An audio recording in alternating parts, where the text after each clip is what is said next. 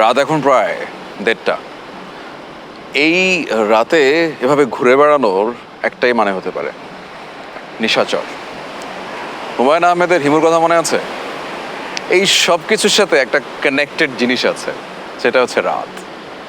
এই রাত রুটটা এসছে নক্স থেকে, নকটাস নামে একটা রুট আছে, সেই রুট থেকে। এবং আজকে আপনাদের সঙ্গে একটা খুব মজার গল্প শেয়ার করতে যাচ্ছি, এবং খুবই মজার জিনিস। আমার কাছে নিজের কাছে যখন প্রথম জেনেছিলাম তখন আমার কাছে খুব ভালো লেগেছিল। এই টার্মটা কখন আপনি শুনেছেন লাইফে? প্রাইমা নক্টাস। প্রাইমা নক্টাস এই টার্মটা সর্বপ্রথম ব্রিটিশ ঔপনিবেশিক শাসনামলে, কলোনিয়ালিজম যখন সর্বোচ্চভাবে গ্রাস করছে পৃথিবীকে, তখন স্কটল্যান্ডের মানুষদেরকে কোনোভাবেই তারা বাগে আনতে পারছিল না। তখন তারা একটা রুল জারি করলো।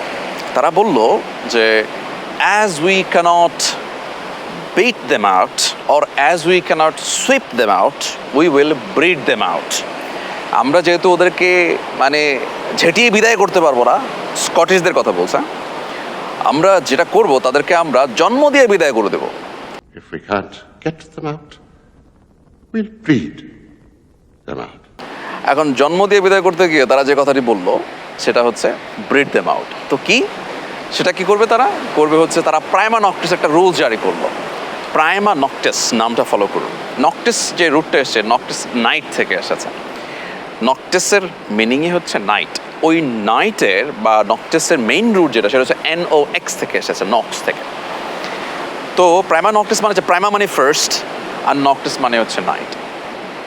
ওখান থেকে প্রাইমা নক্টিস টার্মটা এসেছে। এবং প্রাইমা নক্টিস মানে যদি কখনো কেউ বিয়ে করে স্কটল্যান্ডে, তখন তাদের প্রথম যে রাত্রি আছে সে রাত্রি তারা অবশ্যই ওই স্কটল্যান্ডের ওই ঔপনিবেশিক শাসনের সময় স্থানীয় যিনি নাইট অথবা ম্যাজিস্ট্রেট, ইংল্যান্ডের ম্যাজিস্ট্রেট যিনি থাকবেন, তার সঙ্গে ব্রাইডকে প্রথম রাত থাকতে হবে।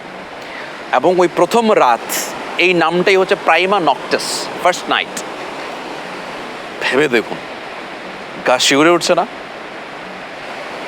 ব্রাইড গ্রুম বিয়ে পড়লো, তার প্রথম রাত কাটাতে হবে ফার্স্ট ম্যাজিস্ট্রেটের সাথে, ওখানকার যে প্রশাসকের সাথে।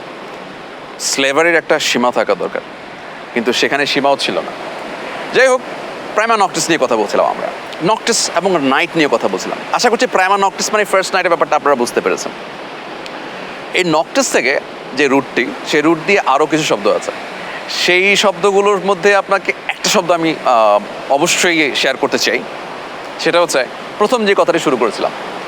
নক্টিস এর রুটটি একটা খুব মজার রুট আছে, সেটা হচ্ছে ওই যে বললাম যে শব্দ আছে, সে শব্দটা কি? নক্টিস থেকে নকটার্ন একটা শব্দ এসছে, নকটার্ন। নকটার্ন মানে হচ্ছে, নক্টিস থেকে নকটার্ন মানে হচ্ছে নিশাচর। আশা করছি নক্টিস থেকে নকটার্ন মনে রাখতে পারবেন, নাম্বার 1। নাম্বার 2, রাত্রি সম্পর্কিত কোনো কিছু বলার জন্য আপনাকে যেটি ব্যবহার করতে হবে, একটি অ্যাডজেক্টিভ আছে।